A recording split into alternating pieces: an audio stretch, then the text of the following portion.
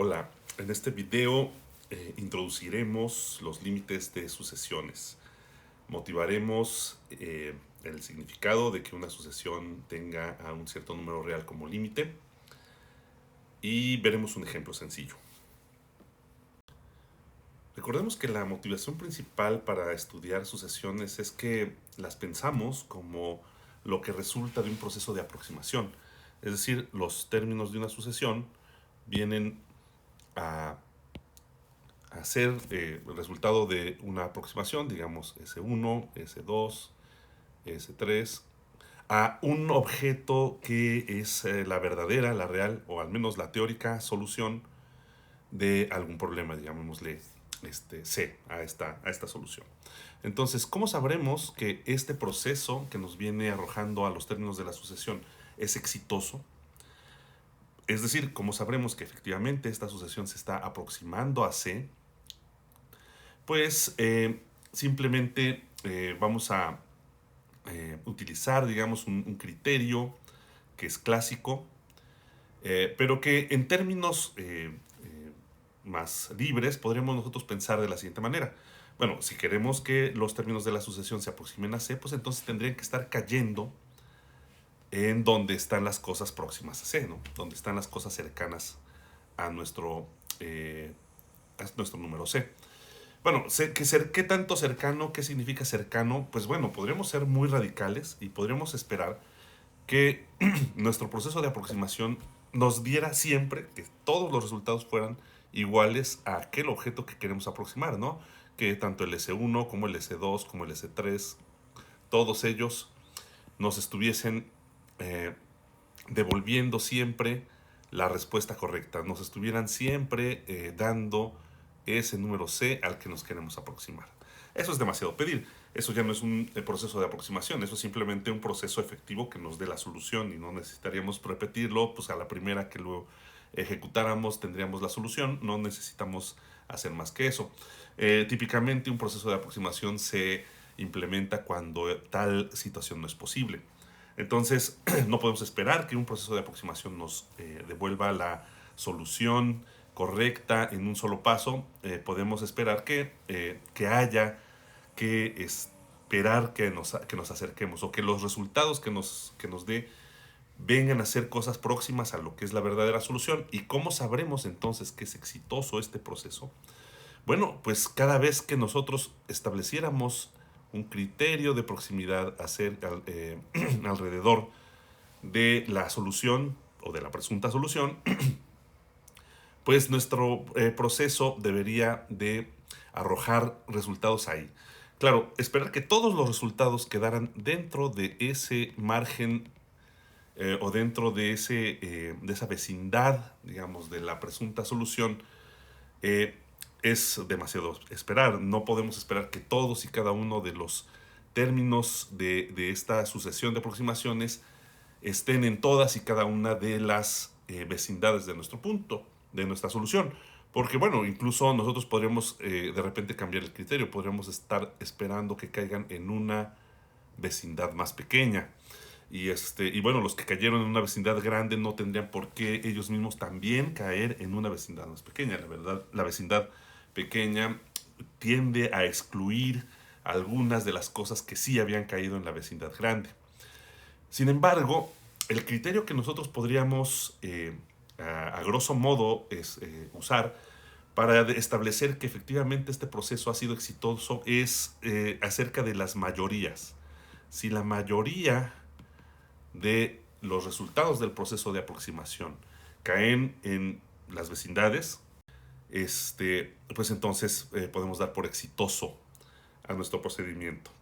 Pero queda nada más un poco por decidirse qué significa esto de mayoría. Para serles honesto, en matemáticas hay muchísimas nociones de mayoría porque también hay muchísimos contextos en los que podemos hablar de aproximaciones.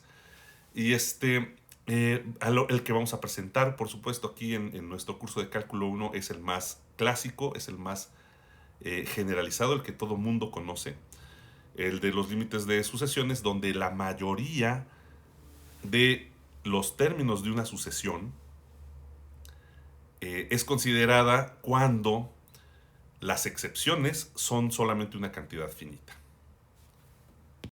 Quiero decir lo siguiente, que para que nosotros consideremos que la mayoría de los términos de la sucesión cumplen una propiedad P, tendrá que ocurrir que todos, excepto una cantidad finita de ellos, tienen la tal propiedad P. En particular, diremos que la mayoría de los términos de la sucesión Sn caen en una vecindad B de C si todos, excepto una cantidad finita de ellos, caen en la vecindad C. Y dado que las sucesiones de números reales vienen organizadas por números naturales, el que nosotros podamos decir esto, ¿no? Que solo una cantidad finita incumple, pues lo podemos decir pues simplemente mostrando que a partir de algún número natural, por muy grande que sea, digamos, a partir del 500,000, todos los subsecuentes sí cumplen la condición. Recordando que las vecindades de un número real, digamos C, están determinadas por algún número real positivo, digamos epsilon, podemos enunciar la definición de este concepto que en la sucesión de los Sn tiene como límite a C si para todo epsilon positivo existe un número natural n a partir del cual el término Sn cae en la bola de radio epsilon alrededor de C. Y recordando que pertenecer a una vecindad centrada en algún punto con algún cierto radio significa que estamos a una distancia menor que este radio del centro de la vecindad, podemos replantear la definición del límite como sigue. C será el límite de la sucesión Sn si para todo epsilon positivo existe un número natural n mayúscula, de tal manera que para cualquier n subsecuente, la distancia entre el término Sn y el presunto límite C es menor que epsilon. Recordemos que la distancia entre números reales se mide mediante esta funcioncita, que es la diferencia entre estos dos numeritos, pero medida en valor absoluto. Esta última formulación es probablemente la más concisa y la que nos vamos a encontrar más frecuentemente en los libros de texto.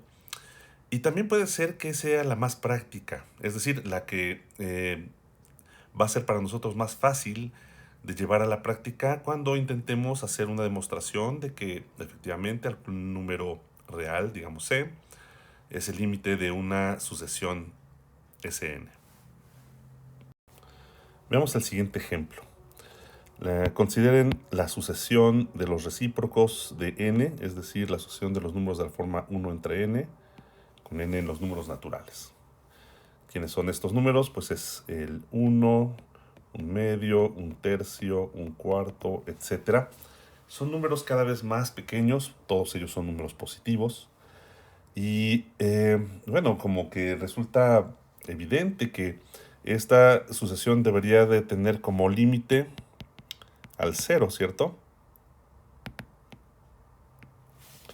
Uno está muy tentado a pensar que el 0 es el límite de esta sucesión y por supuesto que lo es, ¿no? Vamos a confirmarlo utilizando la definición del límite. Entonces, ¿qué debería de suceder para hacer, o qué deberíamos de argumentar para tener la demostración de que efectivamente el límite de esta sucesión, escrito, digamos, esto se puede simbolizar así, el límite cuando n tiende a infinito de la sucesión 1 entre n es igual a 0? ¿Cómo podríamos entonces confirmar esta afirmación? Bueno, pues tendríamos que ver que para cualquier epsilon positivo, casi todos los términos de la sucesión están cayendo en la vecindad de radio epsilon alrededor del 0. Pero, bueno, ¿quién es la vecindad de radio epsilon alrededor del 0? pues es un intervalo, ¿verdad? Es un intervalo que va desde 0 menos epsilon hasta 0 más epsilon, ¿cierto? Si lo dibujamos, nosotros tenemos por aquí el 0, y bueno, menos epsilon está a su izquierda, epsilon está a su derecha, y la distancia entre estos dos es obviamente la misma. Es un segmentito centrado en el 0. Y los términos de la asociación 1 entre n, bueno, todos ellos son positivos, están a la derecha del 0. De hecho, ninguno de ellos es igual a 0, es decir, 0 no es de la forma 1 entre n con n número natural. Todos ellos vienen como en este lado de la recta real. Y quisiéramos ver que a partir de algún momento todos ellos se meten en esta vecindad. Obviamente no se van a meter a la izquierda de el 0, tendrían que meterse en todo caso a la derecha. Entonces quisiéramos ver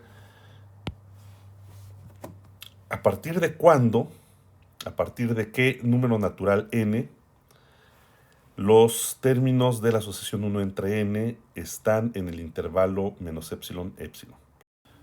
Esto quiere decir que nos preguntamos por la solución de las desigualdades o del sistema de desigualdades menos epsilon menor que 1 entre n menor que epsilon.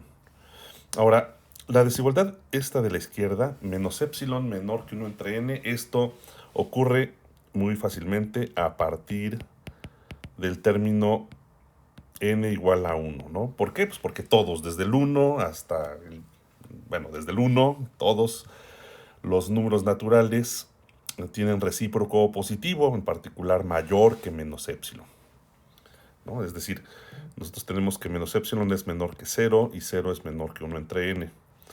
Entonces, la desigualdad que de verdad tiene interés, pues es la otra, es a partir de que n, el número 1 entre n resulta ser menor que epsilon. Y bueno, pues haciendo un poquito de cuentas, nos damos color de que 1 entre n es menor que epsilon si y solamente si pues los recíprocos guardan el orden al revés, es decir, si el recíproco de 1 entre n, que es n, es mayor que el recíproco de epsilon. Es decir, n va a tener recíproco menor que epsilon si nuestra n es mayor que 1 entre epsilon. 1 entre epsilon es una cantidad positiva. Si epsilon fuera pequeño, pues su recíproco sería grande, pero por muy grande que fuera, siempre vamos a poder conseguir una n en los naturales que sea más grande que 1 entre epsilon, gracias a la propiedad arquimediana. Es decir, gracias a la propiedad arquimediana sí vamos a tener naturales que cumplan esta condición. Y por el principio del buen orden, siempre vamos a tener uno que sea el menor que cumple esa condición. Y justamente esta n de aquí que estaríamos buscando es la primera en la cual se cumple esta condición. Entonces, para nuestra demostración tenemos que decir lo siguiente. Sea n el mínimo o el primer número natural que cumple que este rebasa a 1 entre epsilon. ¿Sale? Y así, pues bueno, los subsecuentes también van a rebasarlo. Así, para todo n más grande o igual que n, pues este n también va a rebasar a 1 entre epsilon. Y por lo tanto, 1 entre n va a ser menor que epsilon. ¿Sale? Entonces, ya tenemos pues establecido que a partir de esta n que hemos calculado obviamente en función de epsilon, esta qué tan grande tiene que ser, pues dependiendo de qué tan pequeño sea este epsilon. Epsilon pequeño tiene recíproco grande y pues rebasarlo puede ser más complicado, ¿verdad? Entonces, como sea, nosotros podemos siempre encontrar a esta n a partir de la cual todos los términos subsecuentes caerán en la vecindad de radio epsilon alrededor del 0. Es decir, se satisface la desigualdad. Bueno, voy a escribirlo un poquito más extensamente. Menos epsilon es menor que 0. 0 es menor que 1 entre n chiquita. 1 entre n es menor que 1 entre n grandota. Y esta, menor o igual que 1 entre n grandota. Y esta es menor que epsilon. Es decir, los 1 entre n subsecuentes a esta n grandota caerán entre menos epsilon y epsilon. Excelente. Hemos establecido que el 0 es el límite de la sucesión de los números 1 entre n. Pero ¿y será el único límite? ¿Será que solo el 0 es límite? De la nomenclatura se deduce que sí, ¿no? Si hablamos de el límite y 0 es el límite, pues es el único límite, ¿cierto? Pero aquí hemos sido un poquito abusivos con el lenguaje porque pues no hemos establecido que en caso de tener límite una sucesión, pues este sea único. Vamos a ver que en el caso de esta sucesión, el 0 es el único límite y esencialmente el argumento que utilizaremos es el mismo que utilizaríamos en cualquier otro caso de cualquier otra sucesión que tenga un límite. Veamos que un número real c distinto de 0 no puede ser límite de la sucesión 1 entre n. Podemos ayudarnos de un dibujito. Bueno, digamos que aquí está el 0 y pues un c distinto de 0 puede ser menor o puede ser mayor. Supongamos que nuestro c es menor que 0. Entonces, si nosotros nos fijamos en cierta vecindad, digamos en la vecindad de radio a valor absoluto de c, justamente esa es, digamos, para epsilon igual al valor absoluto de c, nosotros tendríamos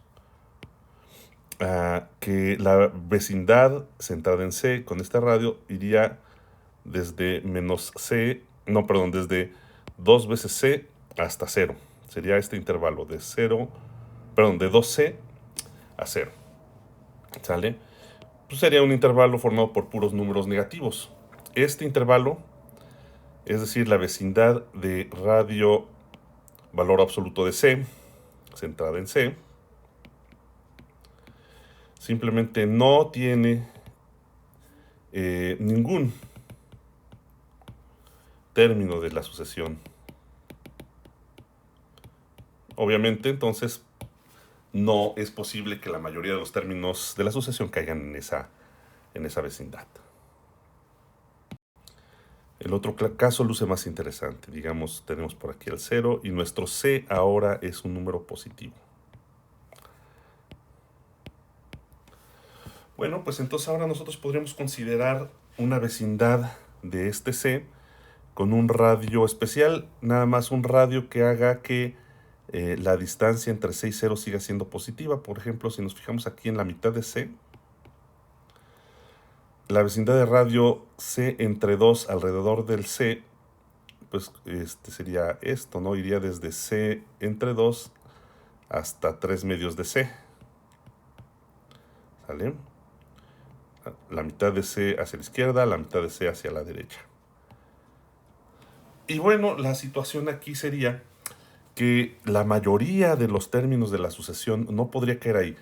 Aquí podrían caer algunos términos de la sucesión, podría caer, no sé, quizás un cuarto, un octavo, no sé cuántos, pero a partir de cierta n, digamos para una n de tal manera que